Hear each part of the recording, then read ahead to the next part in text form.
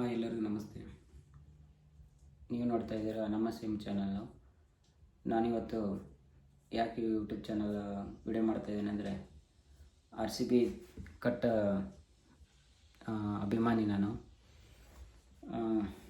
ಯಾರು ಈ ಥರ ಬಂಡ ಧೈರ್ಯ ಮಾಡೋಕ್ಕೆ ಸಾಧ್ಯ ಇಲ್ಲ.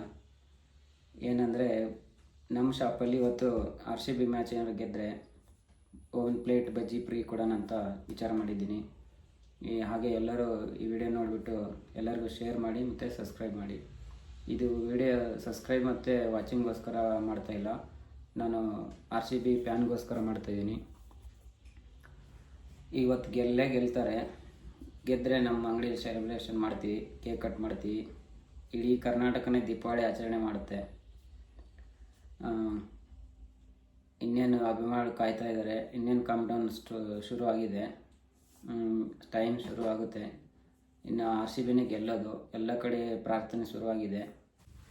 ಮತ್ತೇನಪ್ಪ ಅಂದರೆ, ಮುಂಬೈ ಇಂಡಿಯನ್ಸು ಸೋಲ್ಬೇಕಂತ ಎಲ್ಲರೂ ಪ್ರಾರ್ಥನೆ ಮಾಡ್ತಾಯಿದ್ರು. ಹಾಗೆ ಸೋತಿದ್ದಾರೆ.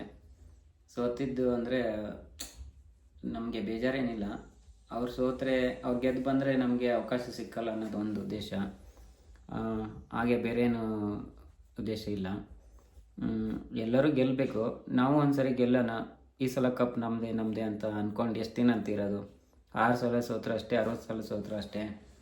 ಪ್ರತಿ ಸಲ ಅನ್ನೋಕ್ಕಿಂತ ಈ ಸಾರಿ ಒಂದು ಸಾರಿ ಅವರು ವಿರಾಟ್ ಕೊಹ್ಲಿ ಅವ್ರದ್ದು ಜರ್ಸಿ ನಂಬರು ಮತ್ತು 18 ವರ್ಷ ಮತ್ತು 1-8-9 ಆಗುತ್ತೆ ಲಕ್ಕಿ ನಂಬರು. ಗೆಲ್ಲಬೇಕಂತ ಎಲ್ಲರೂ ಆಸೆನಾಗಿದೆ. ಎಲ್ಲರಿಗೂ ಕುತೂಹಲನ ಕಾಯ್ತಾಯಿದ್ದೀವಿ.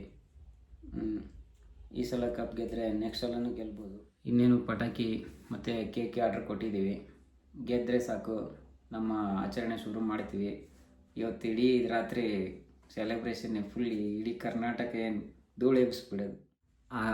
ಈ ಸಲ ಕಪ್ ಗೆದ್ದರೆ ನೆಕ್ಸ್ಟ್ ಸಲ ನಮ್ಮದು ಅಭಿಮಾನ ಕಮ್ಮಿ ಆಗೋಲ್ಲ. ಹಿಂಗೆ ಕಂಟಿನ್ಯೂ ಇದ್ದೇ ಇರುತ್ತೆ. ಮತ್ತು ಎಲ್ಲ ಯಾವುದು ತಂಡಕ್ಕೋಸ್ಕರ ಆಟ ಆಡೋಣ, ಯಾರು ವೈಯಕ್ತಿಕವಾಗಿ ಬೇಡ.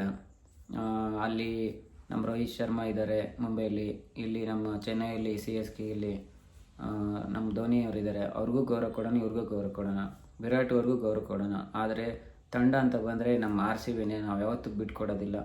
ನಮ್ಗೆ RCBನೇ. 60 ಸಲ ಸೋತ್ರು ಅಷ್ಟೇ, 6 ಸಲ ಸೋತ್ರು ಅಷ್ಟೇ. ಜೈ RCB.